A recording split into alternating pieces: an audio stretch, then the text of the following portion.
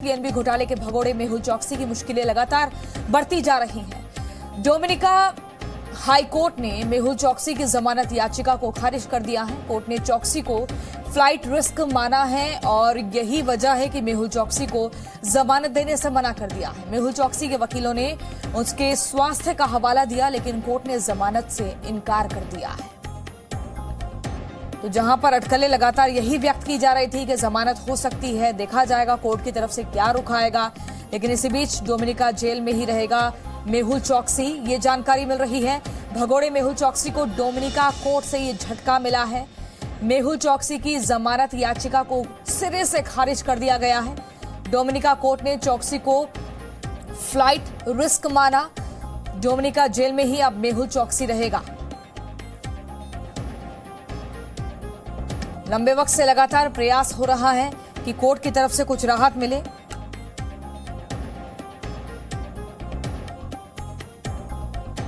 लेकिन राहत की बजाय ये बड़ा झटका मेहुल चोकसी के लिए, जिसमें अब डोमिनिका में ही मेहुल चोकसी की जमानत याचिका खारिज हो गई है। डोमिनिका कोर्ट ने चोकसी को फ्लाइट रिस्क माना है, लेकिन अभी और कितना इंतजार करना होगा, आगे की कानूनी कार्रवाई क्या होगी, मेहुल चोकसी के वकील की तरफ से किस तरह से अगला कदम उठाया जाएगा, ये एक बड़ा सवाल है।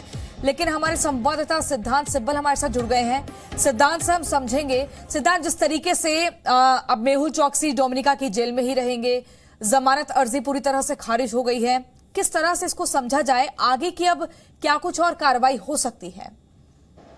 देखिए, ये सीधी तौर पे एक लीगल केस है। लीगल केस यानी तारीख और तारीख ही रहेगी। एक तरफ से हम एक्सपेक्ट कर सकते हैं कि अगले 1 महीने 2 महीने तक ऐसा ही चलता रहेगा, क्योंकि अपील और काउंटर अपील भी होगी इस पूरे केस के अंदर। तो लॉजिकली ये कानूनी केस में पॉलिटिकल अगर हम इंटेंट देखें एंटीगन गवर्नमेंट का और डोमिनिकन गवर्नमेंट का, दोनों ने कह दिया है कि वो चाहते हैं कि वो भारत वापस जाए, वो इंडियन नेशनल है। और डोमिनिका के अगर हम देखें तो डोमिनिका के प्राइम मिनिस्टर ने अभी थोड़ी देर पहले स्टेटमेंट निकाली थी, जिसमें उन्होंने मेहुल चोकसी को भारतीय नेशनल का जिक्र करा था। तो कहीं ना कहीं ये फैक्ट्स जरूर यूज होंगे कोर्ट में।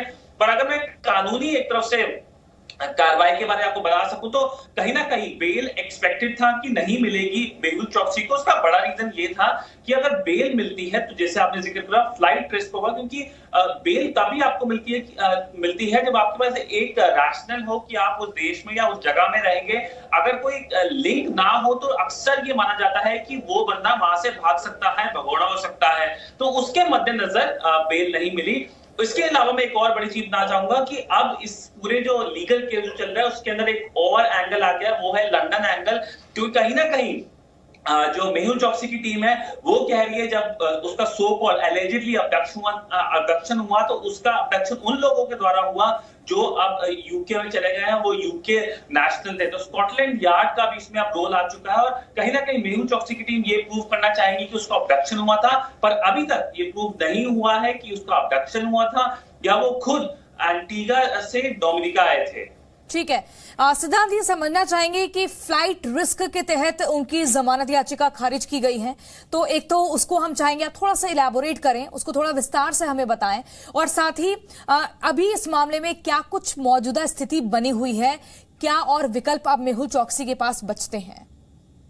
देखिए, फ्लाइट रिस्क को अगर मैं सरल भाषा में बता सकूं तो फ्लाइट रिस्क मतलब वो भाग सकता था, वो डोमिनिका छोड़ के वापस एंटीगा जा सकता था, जहां पे उसको कहीं ना कहीं जो प्रोटेक्शन है, जो क्योंकि टेक्निकली वो उसकी टीम कह रही है कि उसको वो अभी भी एंटीगा का नेशनल है। और अगर आप किसी देश के नेशनल होते हैं तो आपको कुछ लीगल प्रोटेक्शन, कुछ कॉन्स्टिट्यूशनल प्रोटेक्शन मिल सकते हैं। तो कहीं ना कहीं इसे कहते हैं फ्लाइट रिस्क, यानी अगर आपको बेल देते हैं तो आप उस बेल को मिसयूज ना कर लें, इसलिए एक रिस्क रहता है, इसलिए उसे बेल नहीं मिली। अब उसके पास क्या कानूनी विकल्प रहते हैं? सबसे बड़ा तो वो काउंटर अपील कर सकता है इस पूरे मसले को लेकर, स्पेसिफिकली बेल के इशू को लेकर। तो अभी तक 3 केसेस चल रहे हैं, एक उसका इलीगली डोमिनिका में होना, दूसरा बेल का और उसका हेबियस कॉर्पस का पिटीशन। अभी तक एक्स्ट्रेडिशन का पिटीशन और या एक्स्ट्रेडिशन का केस नहीं चल रहा है, क्योंकि अगर ये 3 मसले, एक तो से 3 केसेस सॉल्व होते हैं और अपील के जो एक अपील का एक प्रोसेस होता है, क्योंकि एक चीज समझने वाली बात होगी कि ये ब्रिटिश